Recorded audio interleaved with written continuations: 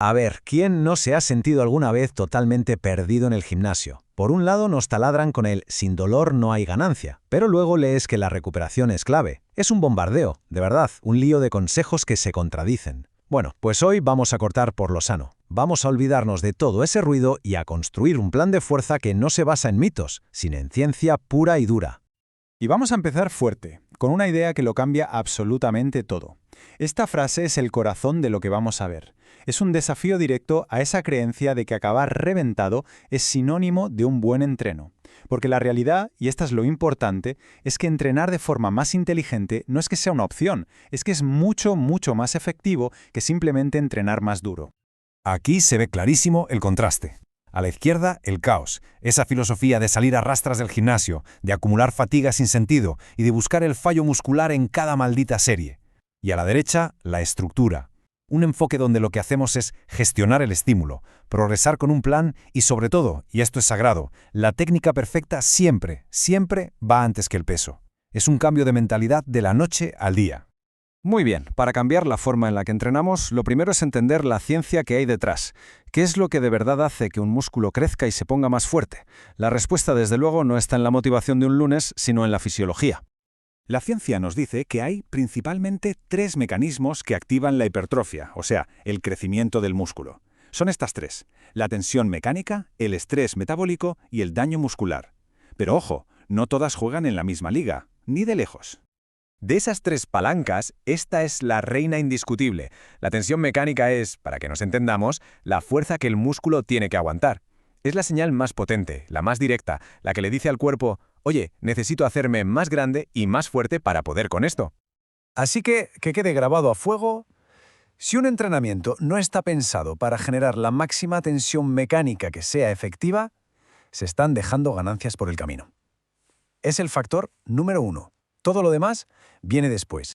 ¿Conocemos esa sensación de quemazón, de congestión, el famoso pump o bombeo? Pues eso es el estrés metabólico. Se produce por la acumulación de residuos en el músculo. A ver, que sí, que contribuye un poco al crecimiento, pero es un actor de reparto, no el protagonista de la película. Y aquí vamos a desmontar uno de los mayores mitos del gimnasio: las agujetas. Ese dolor muscular viene del daño en las fibras. Pero buscar ese dolor no es el objetivo. El daño es solo una consecuencia de que el estímulo ha sido nuevo o diferente. No es lo que nos hace crecer. De hecho, un entrenamiento bien planificado intenta minimizarlo para poder recuperarse mejor y entrenar más. Vale, ya entendemos el porqué. Ahora vamos a lo bueno, al cómo. Porque no todas las repeticiones se crean iguales. La física y la biomecánica son las que deciden si una repetición está de verdad estimulando el músculo o si solo se está moviendo un peso de un sitio a otro sin más. Esta pregunta es el quid de la cuestión, y la respuesta es un no rotundo.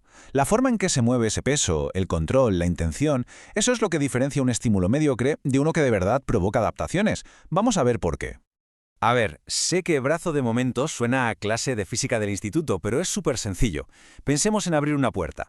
Es mucho más fácil empujar desde el pomo, lejos de las bisagras, que si empujamos justo al lado de ellas, ¿verdad? Pues eso es porque el pomo tiene un brazo de momento más largo. En los músculos pasa exactamente lo mismo. La dificultad de un ejercicio cambia según dónde esté el peso respecto a la articulación que se mueve. Y este es el ejemplo perfecto que todo el mundo ha sentido alguna vez. En un curl de bíceps, el punto donde más cuesta es justo aquí, cuando el antebrazo está paralelo al suelo. ¿Por qué? Porque en ese punto exacto, el brazo de momento es el más largo posible. Entender esto es una pasada, porque nos permite jugar con los ejercicios para meterles caña a los músculos justo donde queremos. De acuerdo. Ya sabemos qué nos hace crecer y cómo funciona una repetición bien hecha. Ahora toca unir las piezas.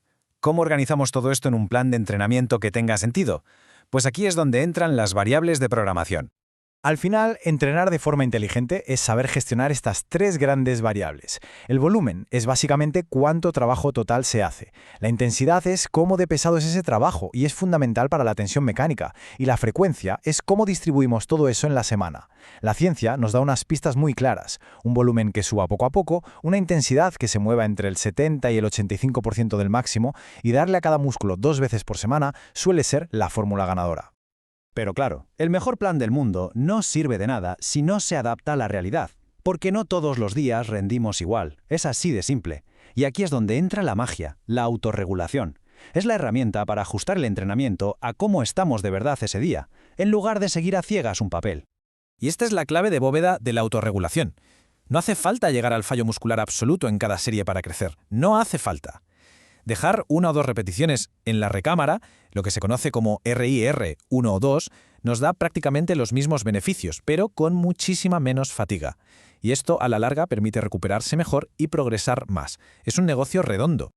Muy bien, se acabó la teoría. ¿Cómo se ve todo esto en el mundo real, en el gimnasio?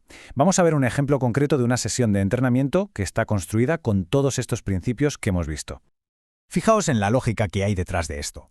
No es al azar. Se empieza con los ejercicios más pesados, los básicos, como el press de banca y el remo. Aquí buscamos máxima tensión mecánica con pocas repeticiones y parando a 2 del fallo, un RIR2. Después pasamos a ejercicios un poco más de aislamiento, con más repeticiones, donde nos podemos acercar un poquito más al fallo para sumar algo de estrés metabólico. ¿Se ve? No es aleatorio, es un plan estructurado, medido e inteligente. Así que, si hay que quedarse con una sola cosa, que sea esta.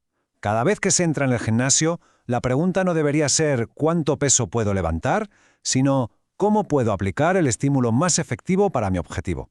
Es un cambio total de enfoque, de la cantidad a la calidad. Y esta frase es el broche de oro. Lo resume a la perfección. Se trata de eso, de pasar de la improvisación y del entrenar por sensaciones a un método sistemático, basado en principios que sabemos que funcionan. Se trata de entrenar con criterio. Para terminar, una pregunta para la reflexión. Después de todo lo que hemos visto, ¿cuál es esa pequeña cosa que se podría ajustar en la próxima sesión? Quizás centrarse más en la técnica, empezar a medir el RIR o simplemente estructurar un poco mejor la rutina. El primer paso para entrenar de una forma más inteligente empieza ahora mismo.